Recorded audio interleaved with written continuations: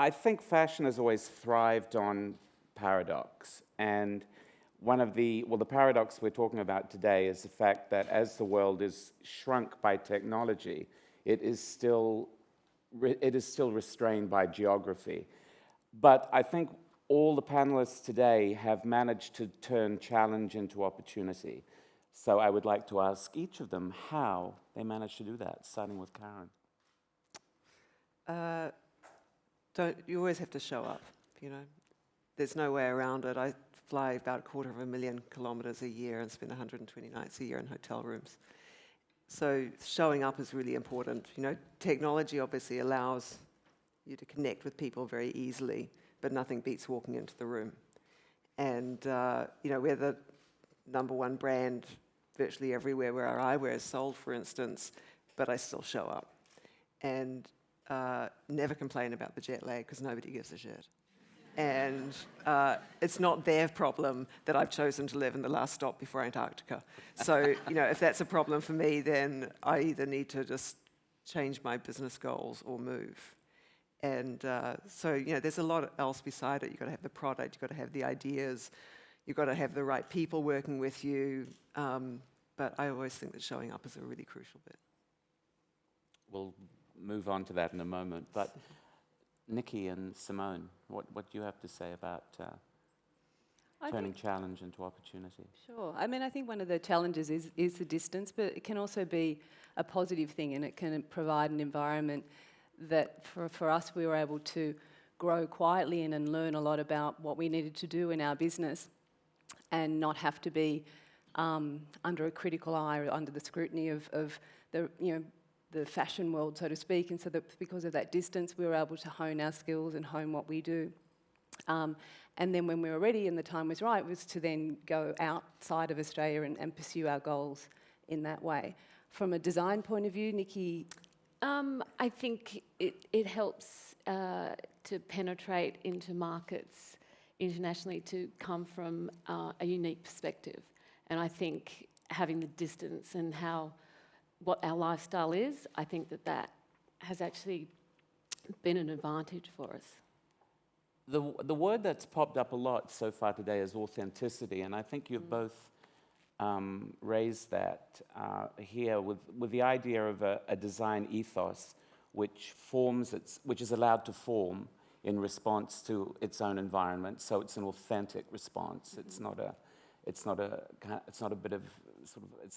There's nothing fake about trying to anticipate what the demands of people on the other side of the world might be. Mm-hmm. So when you actually meet the other side of the world, they're struck by how real you are and how your aesthetic is your aesthetic, something that's been genuinely shaped by your experiences. And I think in both your cases, that's what I've found to be utterly charming about what you do.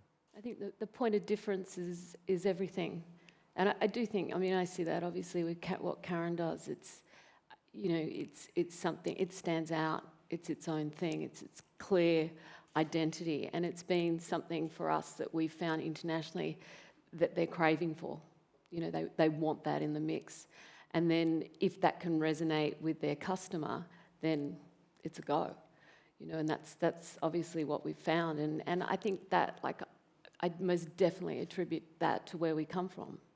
Justin, in your role, your old role, not your Brioni role, which starts today, which I think is remarkable that you're beginning a new job. You should be there and you're here, which, of course, we're enormously grateful for.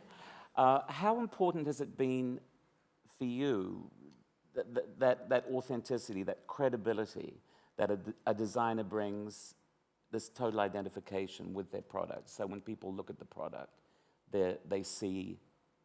they grasp that it's a real story that's being told. It's the basis of the buying strategy. So if there's, I always think that people look at product in two different ways. It's kind of like you have a want and you have a need. So when you have a need, you have you look for things which have the most authenticity. So, it's like people need to have blue jeans. So Levi's is popular because they have an authenticity with what they do. It doesn't need to be ultra creative, but it's the brand's DNA and the heritage which makes people choose that one over the 1,000 of others. And then on the other side, you have the more like what the want is, which is the fashionable side of things. And that's where, like then designers can be much more creative, and obviously the consumer is looking for much more creative, but it's like when you look at, like recent developments, like you've got Demna at Balenciaga, you have Alessandro Michele at Gucci, their creativity comes from a place which just feels authentic.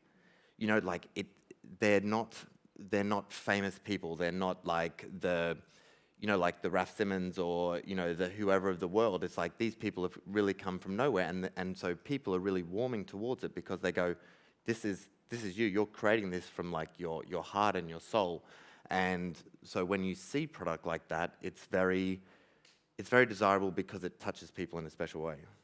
But both those cases, Michele and Demna Gvasalia, they'd both been working for a long, long time, toiling behind the scenes, as it were.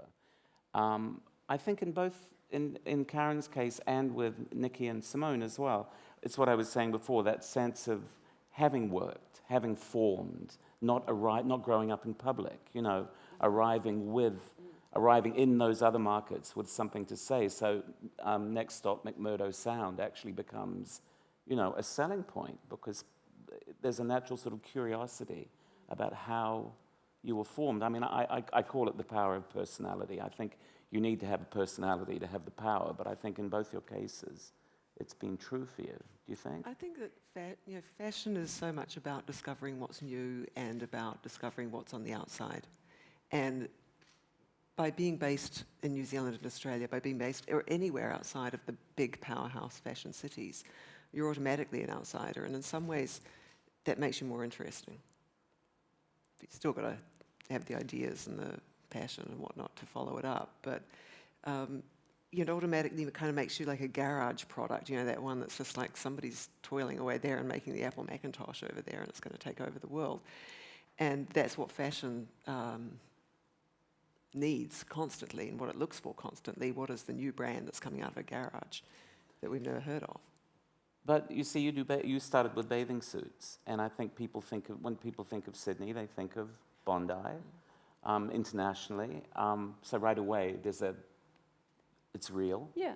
It's like the best designers from Rio actually are the bathing suit designers, not the ones who are trying to be. But it was also coming from Australia that was something to overcome in some respects when we first started out in business, that it's not a natural home of fashion.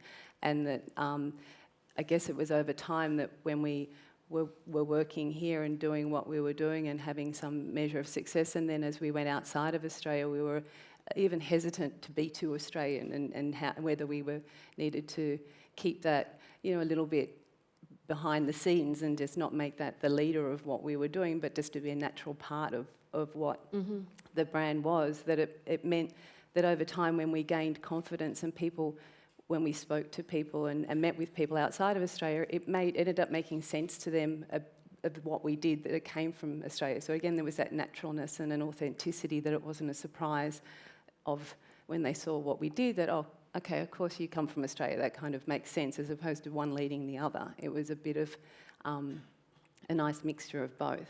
But do you think it was also you? It was you. You were telling your story. You were expressing your lifestyle. With your stories and your collections, and they were always so narrative driven at a time when, before narrative was as important as it is now. Your collections were always they really had a story, and it was always a story that was intrinsic to where you came from, and it had that. So it's like watching a movie about something you didn't know anything about. It would entrance you. And I think when with that, I think it's because you can't help it. That's what you do. Like for me, it's I can't be something else. We came through in a time in Australian fashion that you could be pushed into certain directions because that is actually what was wanted at that time, and there was a period of time where we really resisted that and just literally did what we wanted to do, apart from the fact that I was no good at doing anything else. So it's a very powerful thing when that then is also embraced, but it is also about the amount of time that you have to be able to get it where it needs to be. It's not something that in the first 5 years of business that I would have wanted to take anywhere. But it's now, 20-ish years of business. We've been able to learn so much and grow in so many ways, not just apart from, the business side, but how to design from the heart and bring love to the product and what it is that you do. And I think that resonates with people. So do you think at this point it's actually irrelevant where you're from? Very much so. And Karen, do you feel the same way? Yeah. Completely agree. And Justin, this is a dream moment then for, For an Australian in for Italy. your old self. Yeah, totally. I'm very authentic. No, I mean for you as somebody who has taken a very strong point of view about all of these issues, and very successfully and very succinctly, I think that this point we've reached, where actually it doesn't matter where people are from. I mean, would you say that it's a kind of holy grail moment? Would you say that exists? You have Demna from Georgia. You have, Yeah, I think it's like people are, the world which used to be so big has shrunk. There's so much curiosity. What's happening in China?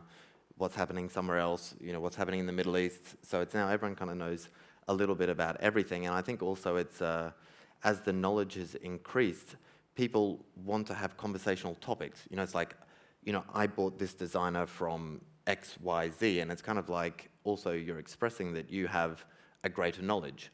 And now people, fashion is a dinner conversation in every restaurant, every household, every Starbucks, because fashion has infiltrated the world via social media and everything which is going on. So I believe people are also more receptive, just because, apart from the fact that maybe it's a great product, but also it shows that they are taking an individual approach and everyone wants to be more individual than they ever have. how important is it for a designer to have a good story? I think the end consumer, like the majority, they don't care. Really? No, because at the end of the day, it's like when they click on My Trays and Net-a-Porter, David Jones, whoever it might be, and they look on their phone and this is girl X or boy X in wherever, and the product comes up, if they see something they like, they will buy it, but they're not going to then Google something first off. The first reaction is, that's beautiful, I'm going to buy it. Maybe they do it after, but they wouldn't decide to buy or not buy just because the designer comes from Antarctica and lives in an igloo and stitches things together, or they're like, the daughter of Obama and has a silver spoon. I don't think that really matters, because it's, at the end of the day, the product still speaks volume. I don't think it matters.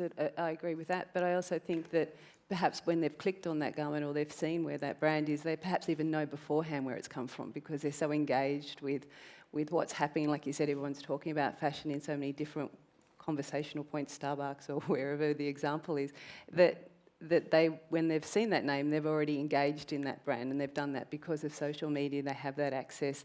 People have an appetite to know more about what's going on. They do want to know the backstory. It may not be their decision in buying something perhaps, but they definitely, I think they know about it when they've seen the brand.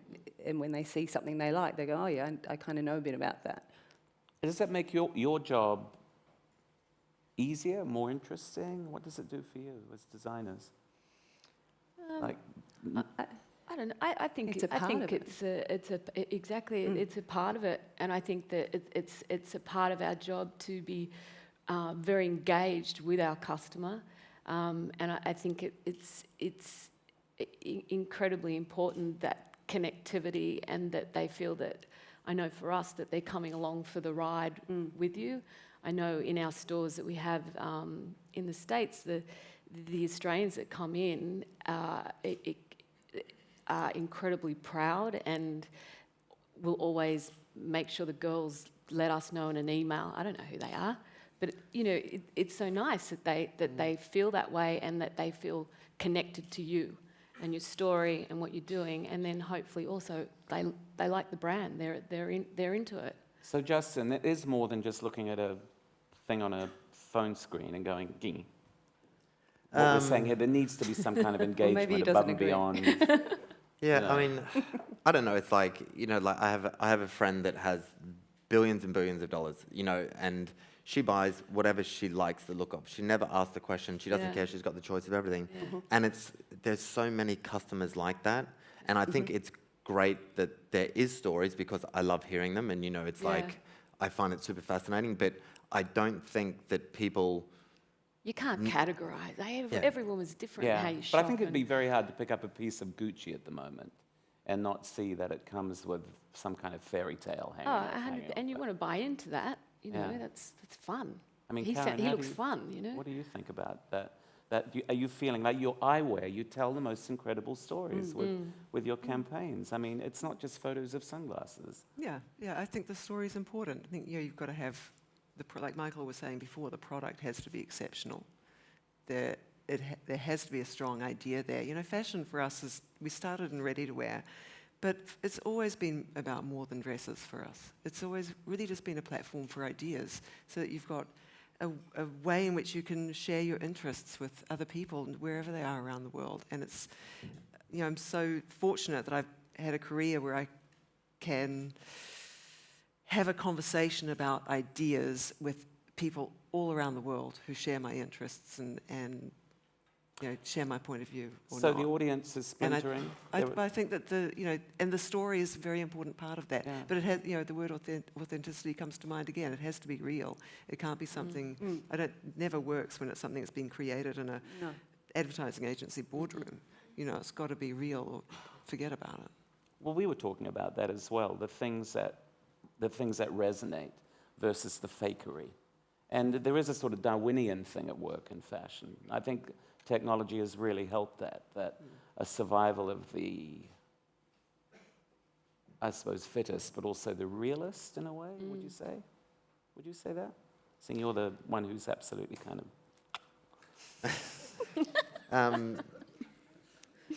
Yeah, I don't know, it's like I totally agree with, what you're saying, like with the stories and everything, but, the point you mentioned at the end, it's like, some stories are real and some stories are fake, and there's also something, it's like really hard to describe it. There is, I don't want to sound like I've been smoking too much weed, but there's like a vibe, that you get, like when you see Valentino and you've got like PP and MG are designing it, and it's like, no one is reading the show notes. Not every customer of the billions of people that buy Valentino rock studs is concerned about what opera or whatever the inspiration comes from, but people just know that it's real and it's special and it's a moment, and it's like, and that's why maybe I probably didn't explain it right. The story is important, but it doesn't need to be words.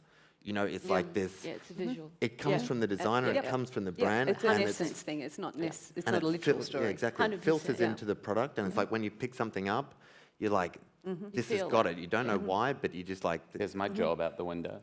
I mean, apart from all the people which are reading your articles, stories. Tim, which is obviously everyone.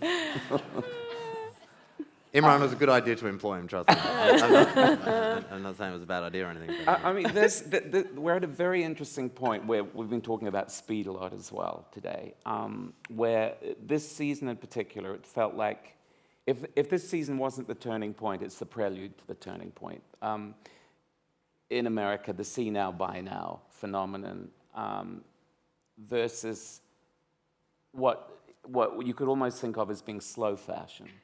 Slow food, the slow food movement, the reaction against speed, all the designers in Europe saying there is absolutely no way that we will buy into see now, buy now. That, in a funny way, is part of this sort of geographical schism, I think. I'm curious about whether you feel like the seasonal thing, which is becoming increasingly irrelevant, but does still exist, positions you quite well for see now, buy now. Does it, do you think? Most definitely. And that was one of the benefits that we really found when we decided to switch It was our unintentional, seasons. yeah. We didn't necessarily know at the time, but when we did it, it was, we were delivering product at the appropriate time for people they wanted to wear it now, and they could buy it now, and it was the right product. And, you know, that's been a huge thing, and it's been a huge thing because something that we were always, you know, discussing and trying to work out is how is it going to affect our Australian business, because we were pushing towards the Northern Hemisphere business, so we thought that was fine, but what we realised is we actually got a benefit in both, because, I mean, we're a trans-seasonal brand with what we do in any case, and we know everything's moving towards that as well, but here we were just delivering the appropriate garments when they could wear it. So it's worked. It's been an amazing thing to do. Karen, have you found that from your perspective as well? I mean, I don't think it's a particularly seductive notion. I mean, really. You clearly don't like the idea, Tim.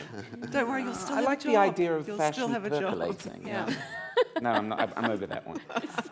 No, I like the idea of design percolating. You know that. Well, it does. It's still going to still percolate. does. It's going to It still percolate in the does. design room and absolutely before right. the audience gets all excited about But it and can't buy it. Has there been a sort of relevance for you with this? Has it Yeah, well, impacted you on?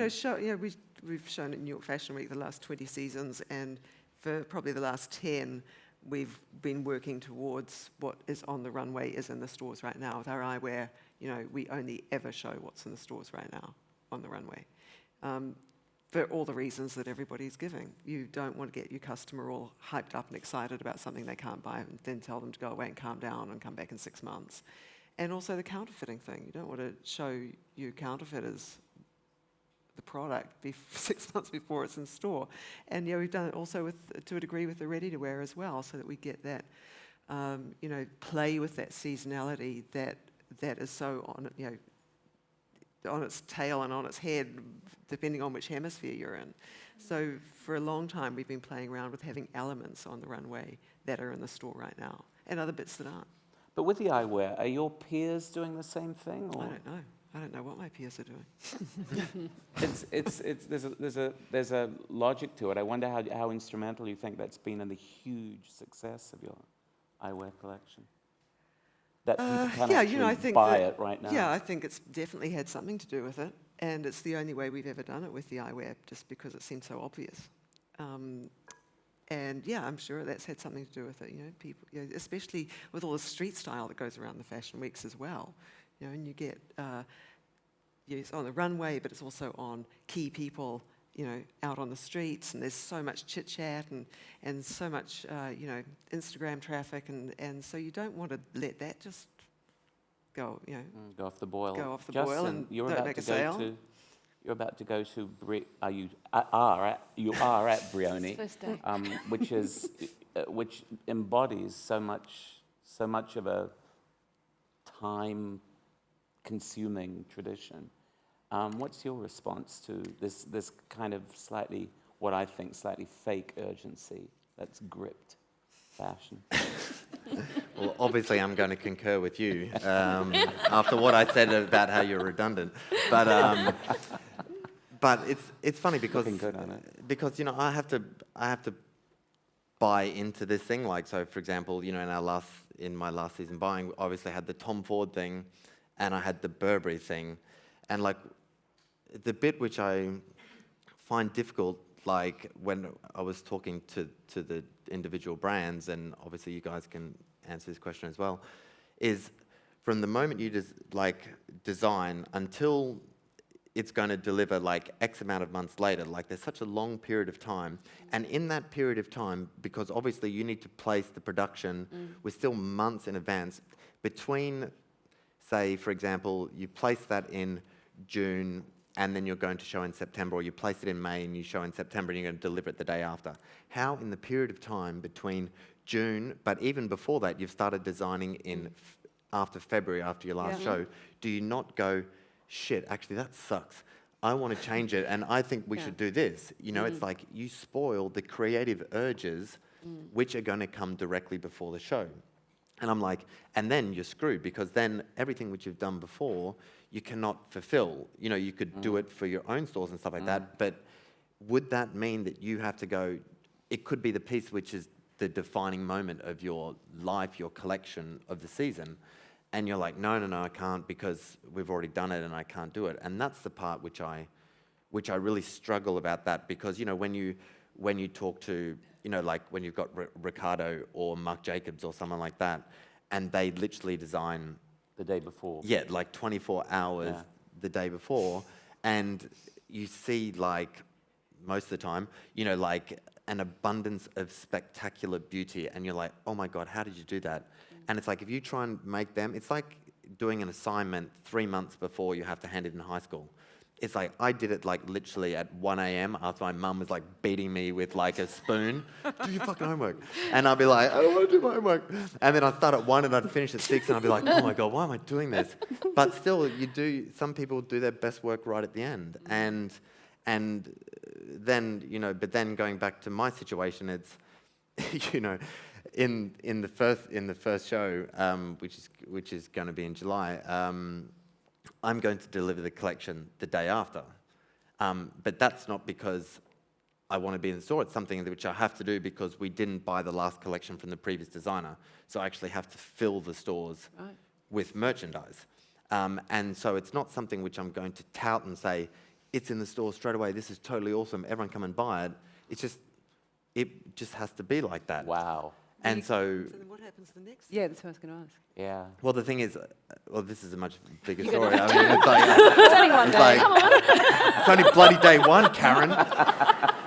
Oh my God. Also, going to not give away all my bloody secrets. But there's no one from Brioni here, which is awesome. I can say whatever I want. No one will know. But it's filmed. Okay. Yeah. I'm not going to say anything like all the stuff which I'm But not supposed to. that raises raises the next point for designers who are the geographical issue is the issue of the show. You know, what you show, where you show. 20 seasons in New York. How many seasons for you in New York? 4. About 3 years, so about 3 nearly years. 6, yeah. Yeah, 10. So, you know, the whole issue of the importance of the fashion show just circles round and around. I think it's really important. I think nothing will ever replace the visceral, the physical moment where a designer is able to do the music, the hair, the makeup, the smell, the whole lot, and it all creates this incredible, like alchemy that Imran said before.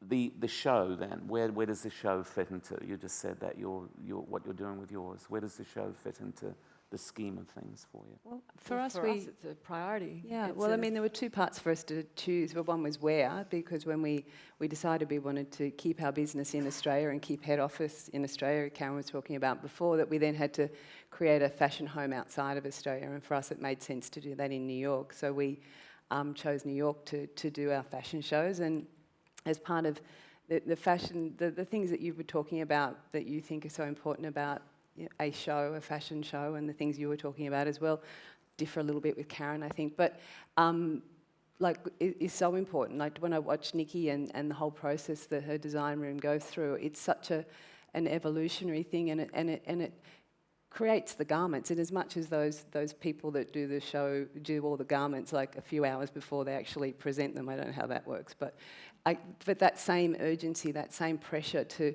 have to present in that show-like environment creates creativity. It creates an essence of things that are special, that aren't just commercial things, which are a part of everyone's collection and a part of everything that you do. And they're not bad things, but they're not that thing that's pushed creatively because it's got to go down a runway and because it's got to be presented in a way and create such a presence that you only get that by striving to make it happen. I don't know if that makes sense. I think it's a form of entertainment, and I think that's what fashion is about. Like it's fun, and it's enjoyment, and I think it is the highest level of creativity for a brand, and I think it's so incredibly important that you do that, and that you're forever, particularly being, you know, from here, that you can go and show people what you are and what you're about. Like you're bearing your soul literally when you do it. So it's a discipline in a way. It Very much so. helps you.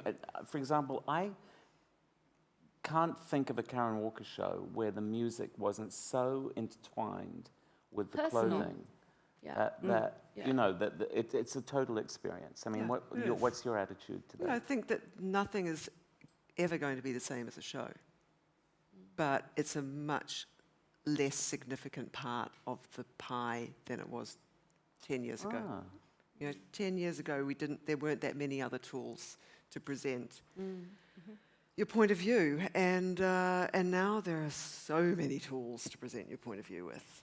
You know, it's just there's so many toys in the toy box, and the show is still good and irreplaceable in many ways, but just one thing now. You know what Kim was saying, talking about the future being the challenge of translating the experience that they have, the few hundred people have in an auditorium, translating it to their thousands of... Yeah.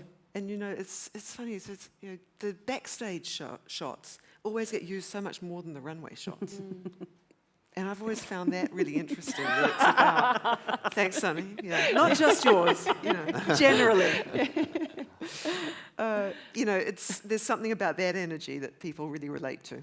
But I think maybe there's something incredibly ongoingly peculiar about fashion, is that it will always be the synthesis of a very old-fashioned way of doing things and a very newfangled way of doing things. Yes. And maybe they will always be bumping up against each other. I just read Christian Dior's autobiography that he wrote like a year before he died. I think I was telling you about how boring it was.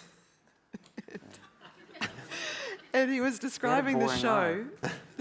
I'm sure he lived an amazing life. But anyway, he was describing the whole show process and how they were so shocked at one show when somebody snuck a camera in. And they had to have them physically removed, and it was an outrage. And an absolute outrage when somebody would try to do a drawing, and you were allowed to write words but no drawings. And they were throwing people out left, right, and centre because they were doing drawings and sneaking cameras in. And I compare that with showing now that, a few seasons ago, we'd just done a summer show, and I was backstage, and there's a lineup of media asking questions about summer, and then you get to this girl comes up, and her question is, what are you thinking about for winter? Sake, I've just shown summer like 2 seconds ago. And it just really spoke to me about that there is something slightly broken about that whole system and the more.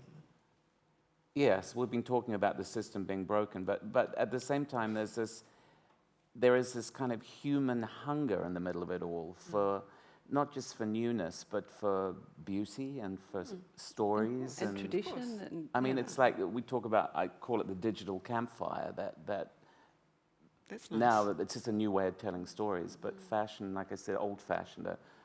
To have a bunch of models, walking up and down a strip of catwalk.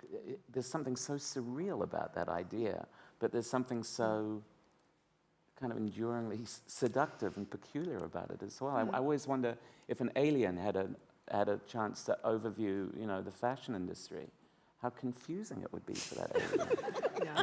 And he'd just go, but why is this not in the shops tomorrow? Why can't you buy it? Why postpone desire? Maybe we're programmed to postpone desire. You're one Mr. one of 200 people or 500 people in the room for the show, and so not everybody gets to experience the music and the smells and all of that. But then you need somebody to relay the experience. And more the design is able to relay the experience too. Yeah, that's very true. But I think that's very relevant to your experience as outsiders in fashion, that you become so much more ambassadorial about what you do, perhaps. You think? Yes, maybe. Justin, what do you have to say about that? What about how the importance of being an ambassador for your brand? But more important for designers who are geographically outside the hallowed inner circle. Yeah, I mean, you can't train someone to be funnier or cooler, exactly. because then that also just breeds, it's like totally not authentic. So, but, I think one of my friends, Kim Ellery, has just moved to Paris, and she's set up her design office there, and she's making a base in Paris. And I find that that's super interesting because, she's going to the heart of where it's literally the most difficult, because you're surrounded by all of the biggest houses and things like this. And so, but she's like, I need to be there. I need to be visible. It's like, you never know who you run into. And it's those, the beauty of fashion. And I guess for someone like me that came from the middle of nowhere, to get to sit on a panel with you guys and talk to Tim in your fabulous shirt,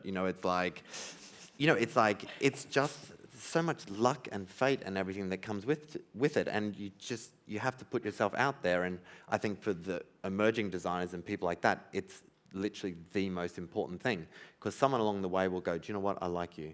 And that person could be the one that makes or breaks your career, because at the end of the day, I totally agree it's with people. The fashion is people. You know, it's like someone will say, I like you and I'm going to help you. It's everything. Yeah. Yeah. 100%. It's a What you really say good about point. luck, you should never underestimate luck. I'll take the luck every time. Well, what about somebody who says you make your own luck, though? Yeah, well, With the you've got power to, of you know, personality. certainly you've Yeah. got to buy the lotto ticket to raises your chances of winning, right? You have So to show up. and you have to show up, and you have to know what to do with the luck when it presents itself. You know, I always say, you know, one huge bit of luck that we've had with our brand is it's no coincidence that social media, that Instagram especially, and Karen Walker Eyewear blew up at the same time. Because, you know, when you're doing a selfie, may I? Yes, You know, you may. it's like that and that. It's easier than showing the full outfit, right? You're showing this. And when you have frames that have, sorry, blatant advertising here, but when you have frames that have a really recognizable shape that can be recognized across the road, or an arrow in the temple that can be recognized across the road, that's very Instagram friendly. Do you think it's Very worked for Instagram jewelers friendly. as well? It's harder for jewelers, way harder. Is it so people want that. They want to show that. That's their brand. And somebody was saying, Michael was saying before about how the product that you buy says something about you and becomes part of your own brand identity as a person. And I think that, the Instagram moment and the what is this saying about my brand? It's a dream for people in the very graphic, strong eyewear business, because it's so recognizable and it's so instant. How does that play for you? In a I- similar way, Yeah. the whole attraction to travel and being in happy places, and fortuitously, that's where a lot of our things are worn, in happy places, we're in like, good people like to memories, take and selfies. they want to take selfies, See? and they want to share those experiences, and people want to live with those experiences. So whether it's ones that we're sharing or whether they're sharing their own, it's the same sort of great moment. It's a great time in their life. It's a fun time that we they're call having. Instagram like one of the biggest free kicks as Yeah. a brand we've had, and it's incredibly important to us, and we take care of it and we look after it and we Yeah. do it. It's not farmed out. We don't use it directly as a selling No. tool, because we think would be abusing it, but it is. And it's a great, beautiful way, again, of instantly expressing what your brand is about to And everyone. yeah. You know, it's not geographically selective. It's everyone, and wherever they may be at whatever It's either time. people Yeah. like you or they don't Bang, like you. out it goes. And it's not completely cynical. It is organic as well. It's a natural thing that people want to do now. It's about when you go on holidays. It's about what outfits you're wearing, where are you going, where have you been, and you're sharing it with everybody. And for us, That we're right in works. that slot. You know, speaking of sharing, there are 4 people here who are well placed to toss out a little germ of advice to anyone who's starting out or who might be in the audience and thinking about how what we've been talking about could directly benefit them. What could you say that would from your own experience, what one thing? I always find it really, it's knowing when to go with don't sweat the small stuff to God is in the details. Knowing how to differentiate those 2 moments and when to apply that thought. I think when to just let it go through you, or and when to really. How have you learned to I'm balance it? still learning. I don't know. You just and instinct. It's all for me. It's mostly about instinct and intuition. Yeah, we've never worked. Our design process has never been. It's got to be 60% this and 40% that, and you can't do yellow because that didn't sell in 1992. It's just about instinct and does it feel right. Now, Justin, today you jumped the fence, so you can take all your previous experience and apply it to what you're going to be doing now. So what's the old you telling the new you to do? Let's see. Be honest. Be honest. Probably it's like don't listen to anyone else. And what I mean by that is, it's like people always try and put their opinion on you. Like you should do this, you should do that. But what the conversation was before, it's like the world has evolved so much. And it's like, it's not always your peers that know the right thing, because there's no way to judge, you know, if they are right or wrong. They're just in that position because they got there from God knows how, you know. So it's, you know, whether it's a designer or whether it's someone that wants to be a buyer or whatever, it's, the best thing is like where you have to do whatever you want, because at the end of the day, that will make you eternally happy. And if it fails, you can't blame anyone else. You know, so it's like, this was my choice, I did it this way. Along the way, you can collate the information that you get from everyone, and you can use that as you will. But if it's something that you don't feel is natural, then you should not do it, because it will always end up, you'll be resenting someone, and then you'll get into this feeling where you're like, shit, someone told me the wrong thing. And it's, you cannot have negativity in your life. And even if you're striving to be something and you haven't yet got there, you should just be happy for what you're doing. You should just be happy that you get to look at the Sydney Opera House, or you get to sit here and you get to, you know, listen to Armand be totally hilarious. You were so hilarious.